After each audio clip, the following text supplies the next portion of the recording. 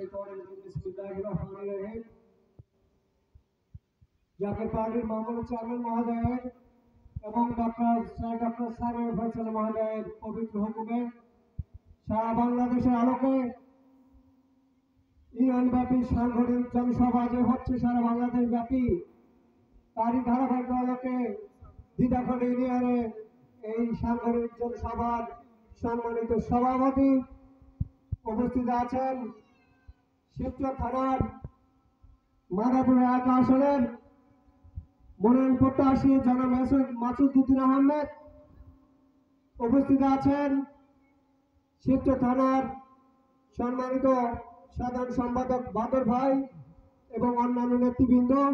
যেহেতু ক্ষমা প্রার্থী, যেহেতু সময় কম, আমি সকলের নাম উচ্চারণ করতে পারলাম না। বাংলাদেশ আমরা সকলে জানি ছোট্ট একটি ভূখণ্ড, কিন্তু এই ভূখণ্ডটি এভাবে কিন্তু স্বাধীন হয় নাই। আমরা প্রায় 30 লক্ষ শহীদ এবং 2 লক্ষ মা বোনদের সম্ভ্রম হারানোর মাধ্যমে আমরা এই স্বাধীনতা অর্জন করেছি। আজ গুটি গুটি পায়ে আমরা 54 বছর অতিক্রম করলাম, কিন্তু আমরা যে অতিক্রম করলাম 54 বছর আমাদের হারিয়ে গেল, কিন্তু আমরা যেই বাংলাদেশ পাওয়ার কথা ছিল, আমাদের 350 বছর ইতিহাস যদি আপনারা দেখেন, আপনারা যদি জানেন 350 বছর আগে এই ভূখণ্ডটি পৃথিবীর 12তম ধনী ভূখণ্ড ছিল, কিন্তু আজকে পৃথিবীর কোন পর্যায়ে নিয়ে গেছে?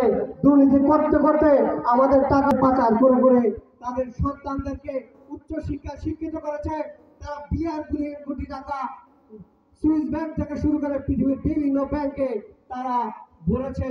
তারা বিভিন্নভাবে বিভিন্ন আরামায়েশ করছে, তারা বিভিন্ন ধরনের উচ্চ মানের গাড়ি ব্যবহার করতেছে, বাড়ি গাড়ি তারা আরামায়েশ করে আমাদেরকে বিভিন্নভাবে তারা নির্যাতিত, আমরা তার মাধ্যমে লাঞ্ছিত বঞ্চিত হয়েছি। দরিদ্রের কষাঘাতে বাংলাদেশ জর্জরিত। 18 কোটি মানুষ এই ছোট্ট একটি দেশে, প্রায় 10 কোটি লোক কর্মক্ষম, তারা 10 কোটি লোকের 20 কোটি হাত এদেশকে উন্নত শূন্য শিখরে পৌঁছে দেওয়ার জন্য 5 বছরই যথেষ্ট। ওই 54 বছর প্রয়োজন হয় না। কেন আমরা 5 বছরে পারলাম না, 54 বছরে পারলাম না? কারণ আমরা যাদেরকে সংসদে পাঠিয়েছি, আমরা যাদেরকে নেতৃত্ব ভার দিয়েছি, তারা কিন্তু কখনোই এদেশটাকে আমাদের জন্য ভাবে নাই। তারা ভেবেছে তাদের পকেটে তারা ব্যবসায়ী ছিল, নিঃসন্দেহে তারা দেশে ব্যবসা করতে এসেছে। তারা 100 কোটি টাকা বিনিয়োগ করে 5000 কোটি টাকা কামিয়ে নিয়ে যায় 5 বছরের জন্য। তারা বিভিন্ন লোক ধরে সমাজে উচ্চ পর্যায়ে যারা লোক আছে তাদেরকে হাজার শত কোটি টাকা বা লক্ষ লক্ষ টাকা দিয়ে তাদেরকে ক্রয় করে, এবং বিভিন্ন পর্যায়ে যারা আছে তাদেরকে ক্রয় করে তারপর এই দেশটাকে জিম্মি করা হয়। তেমনি ভাবে আমরা এই ধরনের অসৎ লোককে বারবার আমরা নেতৃত্ব নিয়েছি। হয়তোবা আমরা অনেকে চেষ্টা করেছি ভালো লোককে চয়েস করার জন্য, তাদের ভোট দেওয়ার জন্য, কিন্তু পারি নাই। তাদের পেশি শক্তির মাধ্যমে তারা আবার এদেশটাকে 5 বছরের জন্য আমরা জিম্মি করেছি। কিন্তু দুঃখের বিষয়, এদেশটা আমরা 30 লক্ষ মানুষ, 30 লক্ষ লোক এদেশ পাওয়ার জন্য তারা জীবন দিয়েছে। আবার কি আমাদেরকে জীবন দিতে হবে? আবার এদেশ উন্নত সাম্য শিখরে পৌঁছানোর জন্য আমাদেরকে জীবন দিতে হবে? না না, আমি বললাম জীবন দেওয়ার প্রয়োজন নাই। আপনাদের চিন্তা চেতনা পরিবর্তন করেন। আমরা ভোট আসলে 2 মাস হয় হয়তো ভোটের আমেজ থাকে, সেখানে 5000, 2000, 3000 বা 10,000 বা 20,000 টাকা দেয়, অনেকে অফার করে। একটা চা খেয়েও আমরা ভোট দেই, কিন্তু একটা চার বিনিময়ে বা 5,000, 10,000 টাকার বিনিময়ে আপনার কমপক্ষে 5 বছরে আপনাকে কমপক্ষে পারিবারিক ভাবে আপনি 20 বছরের পিছনে ফেলে দেওয়া হয়েছে।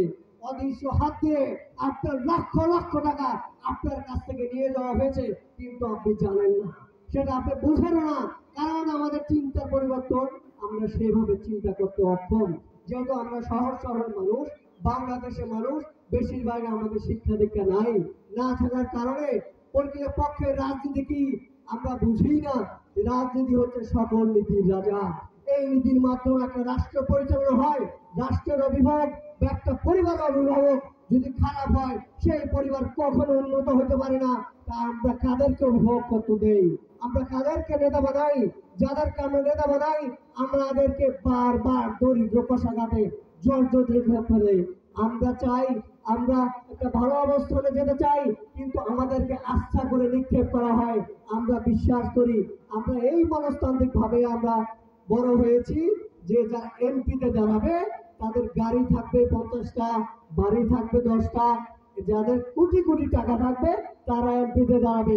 কৃষকের ছেলেদের তো আপনারা এমপি বানাবেন না, যেহেতু আপনাদের কৃষকের ছেলেদের আপনারা এমপি বানাবেন না, সেহেতু আমরা তো জর্জরিত হবই।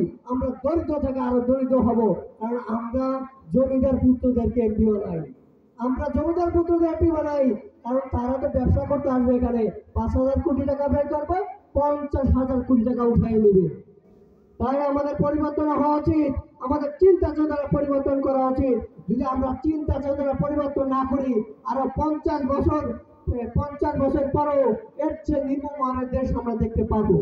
আমরা হয়তো জানি যে বাংলাদেশ এমন একটা ভূখণ্ডের মধ্যে অবস্থিত, যে ভূখণ্ড পাশে 3 পাশে ভারত রয়েছে এবং এক পাশে মায়ানমার আর বঙ্গোপসাগর বাকি অংশে।